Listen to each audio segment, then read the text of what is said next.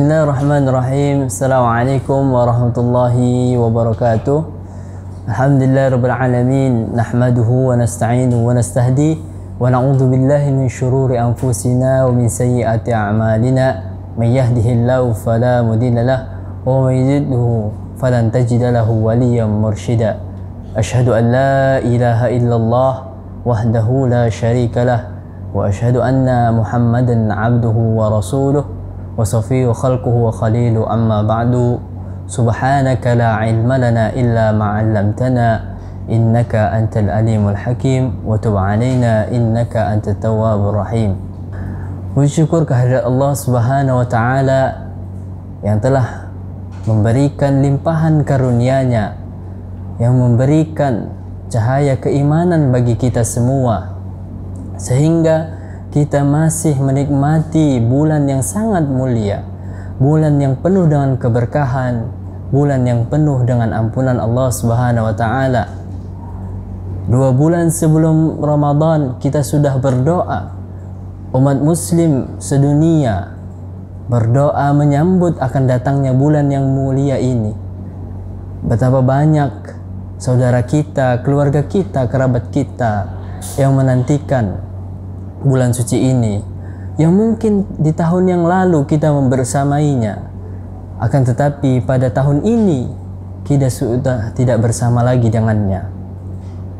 Maka ini merupakan nikmat yang begitu besar yang Allah berikan kepada kita semua, agar kita bisa selalu memaksimalkan waktu-waktu yang Allah berikan. Di penghujung Ramadan pada tahun ini ada sebuah hadis yang begitu indah. Ada 4 golongan yang dirindukan oleh surganya Allah Subhanahu wa taala, yaitu golongan yang pertama adalah golongan orang-orang yang memperbanyak tilawah Al-Quran. Di bulan ini kita sudah mempersiapkan bagaimana target-target yang kita pasang yang untuk melewati bulan yang mulia ini dengan penuh rahmat, dengan penuh amal ibadah. Di penghujung bulan Ramadan tahun ini, mari kita merenung sejenak, apakah kita sudah memaksimalkan tilawah kita? Agar apa? Agar kita selalu menjaga keimanan. Karena Al-Quran merupakan kalamullah, perkataan Allah Subhanahu wa taala, yang dimana Al-Quran adalah kunci keimanan. Apabila kita selalu meningkatkan bacaan kita dalam Al-Quran, maka Allah akan menjamin keimanan di dalam hati kita. Allah akan jaga, akan selalu menumbuhkan cahaya keimanan di dalam hati kita. Maka mari kita tingkatkan dan evaluasi, mempersiapkan selepas bulan Ramadan ini, apakah bacaan-bacaan Quran kita mempengaruhi di dalam kehidupan kita. Golongan kedua adalah golongan orang-orang yang menjaga lisannya. Allah berfirman dalam surat Al-Hujurat ayat 11, A'udzubillahi minasyaitonirrajim. Bismillahirrahmanirrahim. Ya ayyuhalladzina amanu la yaskhar qaumun min qaumin asa ay yakunu khairan minhum wala nisa'un min nisa'in asa ay yakunna khairan minhun wala talmizu anfusakum wala tanabazu bil alqab bi'sal ismul fusuq ba'dal iman wa man lam yatub fa ulaika humuz zalimun. Wahai orang-orang yang beriman, Allah menegur kita semua, mengajak, mengingatkan kita semua, janganlah engkau menghina saudara kita, saudara seiman, saudara sekeluarga, saudara umat muslim, saudara bahkan yang non muslim juga. Islam mengajarkan cinta, Islam mengajarkan kedamaian. Maka pada bulan ini kita ajarkan, kita tebar luaskan bagaimana rasa cinta keislaman, bagaimana kedamaian keislaman yang sesungguhnya.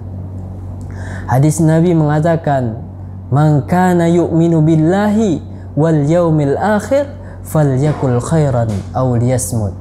Barang siapa yang beriman kepada Allah Subhanahu wa taala dan beriman kepada hari akhir, maka hendaklah ia berkata baik atau diam. Dalam hadis ini dijelaskan bahwasannya kita dianjurkan dan diperintahkan untuk meninggalkan perkataan-perkataan yang mengandung maksiat. Yang pertama, perkataan yang mengandung maksiat kita harus jauhi. Perkataan-perkataan yang menggunjing orang lain, namimah, ghibah, perkataan-perkataan yang Allah haramkan. Dan yang kedua, perkataan-perkataan yang mungkin tidak ada mengandung kebaikan di dalamnya, yang dimana kita selalu berjumpa kepada teman dan di situ kita hanya membicarakan hal-hal yang tidak ada kebaikan di dalamnya, maka hendaklah kita meninggalkan perkataan-perkataan tersebut. Maka alangkah baiknya kalau kita tidak bisa atau kurang tepat dalam mengatakan kebaikan, maka hendaklah diam, karena kediaman kita akan lebih menjadikan pribadi yang lebih baik lagi. Golongan yang ketiga adalah golongan orang-orang yang memberi makan. Masih ingatkah kita ada suatu hadis yang mengisahkan seorang wanita yang Allah ampuni dosanya, yang Allah mudahkan langkahnya menuju surga. Kenapa? Karena dia memberikan minum kepada seekor anjing. Bagaimana kita melihat anjing di dalam Islam, yang mungkin pendapat semua mayoritas ulama bahwasanya anjing najis. Seorang wanita yang mungkin bahkan kondisi dalam keadaan buruk,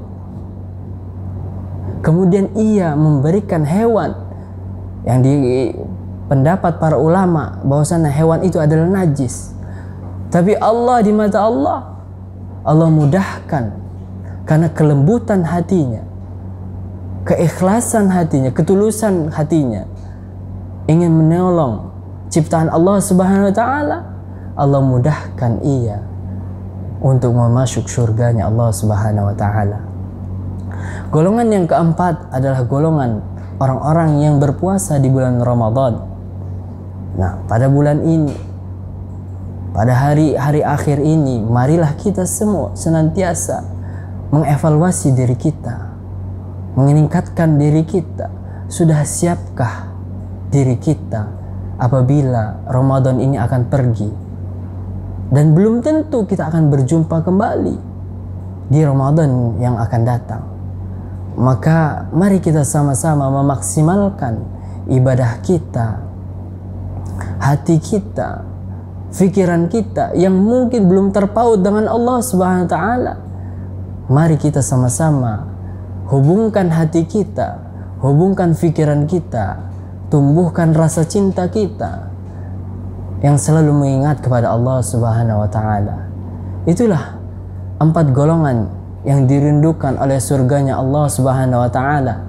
Semoga di bulan yang suci ini, di bulan yang penuh keberkahan ini, di bulan yang penuh dengan ampunan Allah Subhanahu wa taala, kita bisa memaksimalkan diri kita, keluarga kita, kerabat kita, bahkan saudara-saudara muslim sedunia.